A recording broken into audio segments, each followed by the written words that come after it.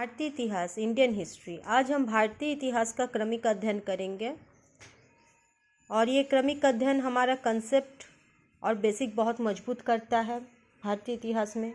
तो भारतीय इतिहास के अध्ययन के लिए इसे 4 भागों में बांट कर इसका अध्ययन किया जाता है। सबसे पहले प्राचीन भारतीय इतिहास, फिर मध्यकालीन भारतीय इतिहास, आधुनिक भारतीय इतिहास और स्वतंत्रता के उपरांत का इतिहास। तो हम पहले पढ़ते हैं प्राचीन भारतीय इतिहास। तो सबसे पहले इसमें हम पाषाण काल देखते हैं, स्टोन एज देखते हैं, फिर कांस्य काल ब्रोंज एज और लोह काल आयरन एज, सिंधु घाटी सभ्यता, वैदिक काल, महाजनपद काल। तो महाजनपद काल के अंतर्गत हम मगध का उदय, राजतंत्रात्मक व्यवस्था का उदय, हरियत वंश और नंद वंश का इतिहास पढ़ते हैं। और फिर एक धार्मिक आंदोलन का दौरा आता है जिसमें बौद्ध धर्म और जैन धर्म का इतिहास पढ़ते हैं। मौर्य काल, चंद्रगुप्त मौर्य एवं अशोका का इतिहास। और जैसे ही मौर्य काल का अंत होता है तो मौर्योत्तर काल आ जाता है। मौर्य काल के बाद के काल को मौर्योत्तर काल कहा जाता है। गुप्त काल और गुप्तोत्तर काल, तो गुप्त काल के बाद के काल को गुप्तोत्तर काल कहा जाता है। गुप्त काल में समुद्रगुप्त, चंद्रगुप्त द्वितीय का इतिहास पढ़ते हैं और गुप्तोत्तर काल में हर्षवर्धन का इतिहास। उसी तरह पूर्व मध्य काल, इसमें राजपूतों का इतिहास, दक्षिण भारत का इतिहास।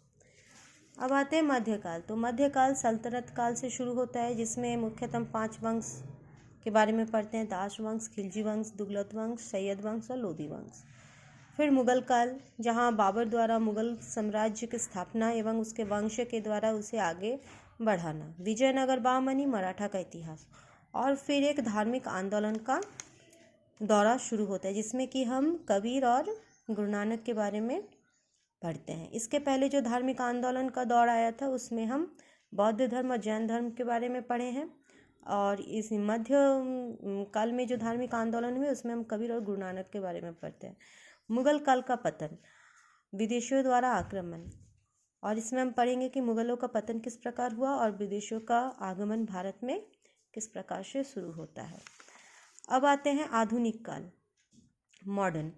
तो यहाँ हम देखते हैं सबसे पहले विदेशियों द्वारा आक्रमण और आगमन और साम्राज्य की स्थापना। तो विदेशी हमारे देश में किस प्रकार से आगमन करते हैं और अपने साम्राज्य की स्थापना करते हैं। तो साम्राज्य की स्थापना में पलाशी का युद्ध, बक्सर का युद्ध, मैसूर का युद्ध और ब्रिटेन का अध्ययन करते हैं। इसके बाद जैसे ही वो अपने साम्राज्य का स्थापना करते हैं तो यहाँ के लोगों को क्या करते हैं कि शोषण करना आरंभ कर देते हैं। तो इसमें सबसे पहले हम आर्थिक शोषण के बारे में पढ़ेंगे जिसमें भूमि संबंधी व्यवस्था, व्यापार संबंधी व्यवस्था, उद्योग संबंधी व्यवस्था।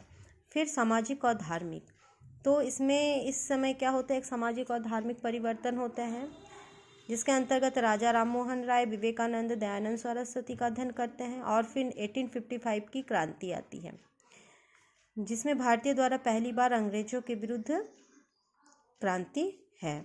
इस क्रांति को भी 4 भागों में बांटा गया: किसान, जनजाति और गांधी। इसके बाद हम क्या पढ़ते हैं, गवर्नर जनरल वायसराय। तो ये स्वतंत्रता के जो संघर्ष है जो किसानों द्वारा किए गए उसे किसान के अंतर्गत रखा गया, और जनजातियों के द्वारा जो संघर्ष आंदोलन किए गए वो जनजातियों के अंतर्गत रखा गया। और गांधी जी के द्वारा जो आंदोलन किए गए जैसे खादी आंदोलन, असहयोग आंदोलन, दांडी मार्च, ये सब गांधी के अंतर्गत रखा गया। तो अब हम देखते हैं स्वतंत्रता के उपरांत का इतिहास। तो स्वतंत्रता के उपरांत का इतिहास तो बहुत ही बड़ा है, तो इसमें मुझे जो जो इम्पोर्टेंट लगा मैंने वही लिखा। तो सबसे पहले इसमें हम देखते हैं 1947 में हमारा भारत स्वतंत्र हुआ, भारत पाकिस्तान का विभाजन हुआ। फिर 1950 में भारतीय संविधान लागू हुआ, योजना आयोग का गठन हुआ। उसी तरह 1952 से 64 तक हम नेहरू प्रशासन के बारे में पढ़ते हैं। और 1962 में भारत चीन का युद्ध होता है, इसके बारे में, इसके इतिहास के बारे में पढ़ते हैं। 1963 में नागा हिल्स जिला नागालैंड के नाम से भारत का 16वां राज्य बन जाता है। और 1965 में फिर भारत पाकिस्तान का युद्ध, दूसरी बार युद्ध होता है 1965 में। अब हम देखते हैं 1964 टू 1966 में कोठारी कमीशन आता है। और 68 में क्या होता है कि भारत की पहली शिक्षा नीति घोषित होती है। इसी तरह 1971 में भारत बांग्लादेश के आज़ादी के युद्ध में हस्तक्षेप करता है। और 72 में हम देखते हैं कि अरुणाचल प्रदेश और मिजोरम को केंद्र शासित प्रदेश के रूप में असम से अलग कर दिया जाता है।